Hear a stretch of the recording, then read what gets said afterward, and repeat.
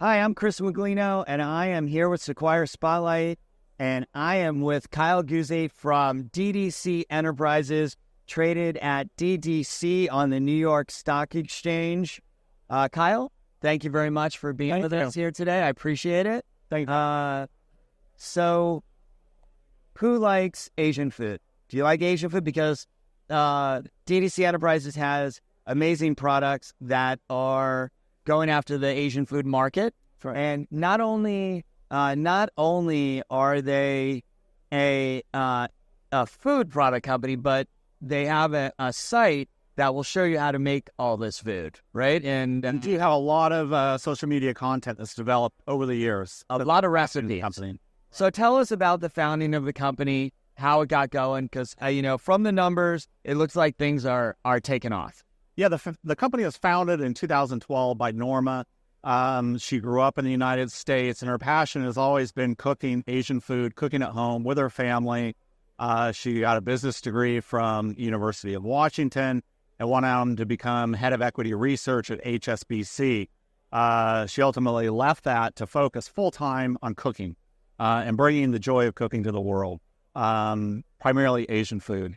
And so she started the company around social media content, a lot of YouTube videos on how to cook Asian food, and then started to develop her own brands and started to manufacture and sell her own brands. And so the company now is selling products throughout China, in the United States, and we have an acquisition pending in Europe. So, and when you acquire a company in Europe, are you switching genre of food and adding to the ecosystem, or are you sticking with the Asian food? We're sticking with Asian food. That's the focus of the company.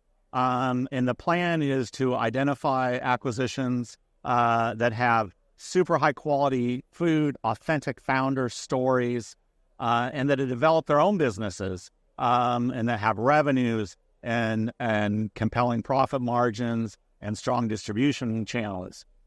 And what is the theme of the food? Is it all plant-based food? Is it just overall, just Asian in general? It's Asian in general, but it's focused on particular localities. For example, the company that we bought on the West Coast called Nona Lim is Singaporean-derived food. Yai's Thai, which we acquired out here on the East Coast, and that has manufacturing in Colorado, is Thai-based food. And the theme is that this is high-quality, clean label, nutritious food that's easy to prepare at home. If you think about cooking Asian food, there are really two challenges cooking it at home. One is the noodles. How do you make good noodles yourself? And the other is the sauces. Are you really going to come up with 20-plus ingredients to make a good, Thai sauce, for example? Those are the two challenges, so that's what we provide. And so you can buy these products at Costco, at Whole Foods, at Albertsons, at Sprouts, here in the United States. Take these home and provide your own protein source, vegetables or meat to go along with it. And so the idea is you can cook this in 10 minutes or less. It's very nutritious. It's good, high-quality food. And revenues are taking off.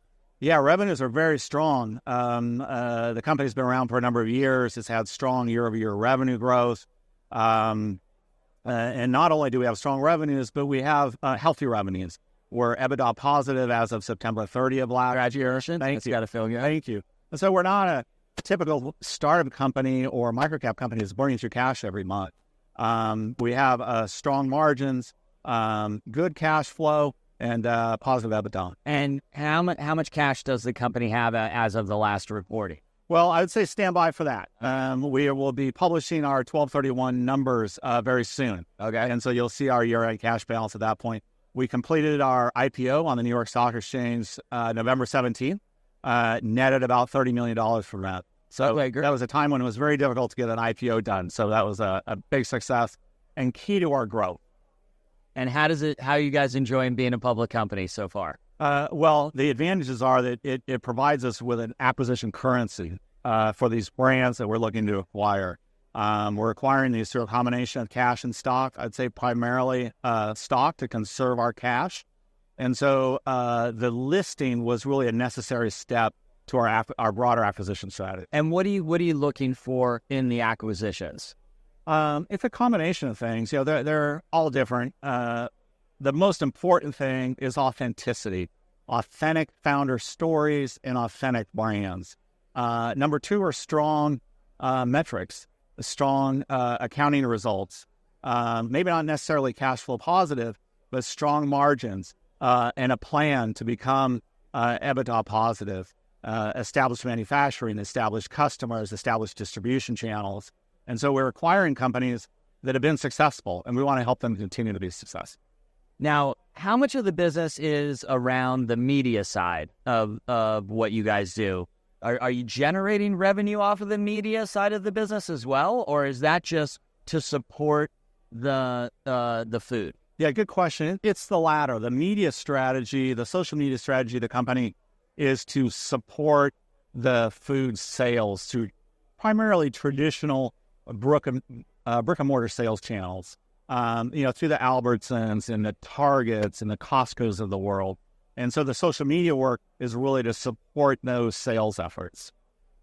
This category of food, how fast is that growing? Not just the Asian piece, right? But overall, because, when we shop at Trader Joe's a lot. Right. And Trader Joe's has every pre-packaged kind of food that you could ever want, right? You could have Indian food or Asian food or American food, you name it. They have it packaged there for you. So I'm thinking that this segment is growing, and do you envision you guys moving outside or just really focusing in on the Asian food across the board, or just good products in general? We're focused on Asian food. Okay. And there are so many opportunities there. When you think about Asian food, there are really a lot of subcategories. There's Vietnamese and Thai and Taiwanese and Japanese and many throughout China, not to mention India. So there are a lot of opportunities in that area, and that's where we're focused. And you're right, there's been some interesting societal changes that are increasing demand and creating a lot of demand for our product. During COVID, people, of course, had to cook at home. And so people started to experiment more at home and cook more at home.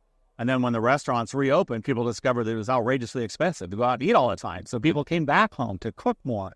And people are now experimenting more at home, trying new things at home. It used to be that you would try new things by going to a restaurant. Now people are trying new things by cooking it themselves at home. And again, the challenge is these can be, Asian food can be pretty complex. The sauces and the noodles in particular. And so we're providing that so that a person can cook that at home in less than 10 minutes and have an nutritious, healthy, delicious meal right at home.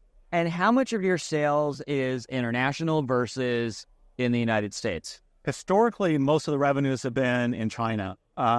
We're shifting that. So you'll see over the next few years, the majority of sales will actually be outside of China. They'll be U.S.-based, some of the European-based. And so that's definitely the future of the company. There are higher margins outside of China, and there are a lot of opportunities. So the demographic that's buying the food in Europe and in the United States, does it tend to be, native Asian audience, or is it a crossover? And if it is the native audience, is the crossover opportunity really where the market starts to expand? Yeah, it's really across all demographics. The companies that we're looking at and that we're acquiring, like I say, have to be authentic. And so the founders tend to be from the regions where they're developing the food, whether it's, from, Thailand or Singapore or China or what have you. And so the authenticity is very important to us. But the consumers are a very broad group of people. They're not necessarily the ethnicity of the food. Got it. Well, I mean, it sounds like you guys are, I'd say, a dragon by the tail, but it's, definitely an expanding market for you. And look, based on the numbers, you guys are doing really well. Thank you. And I think it's just a matter of time before the market really starts to catch on. It's always, always as a new company within this sea of all of these companies that are out there. I'm sure you guys are seeing now there's 2 steps to this. There's marketing the company and marketing the story of what you guys are doing to the investors. All right, Kyle, thank you very much. Thank you. I appreciate your time today. Thank you. It's DDC Enterprises. Symbol is DDC on the New York Stock Exchange. Be sure to follow and go get some of the food. Thank you.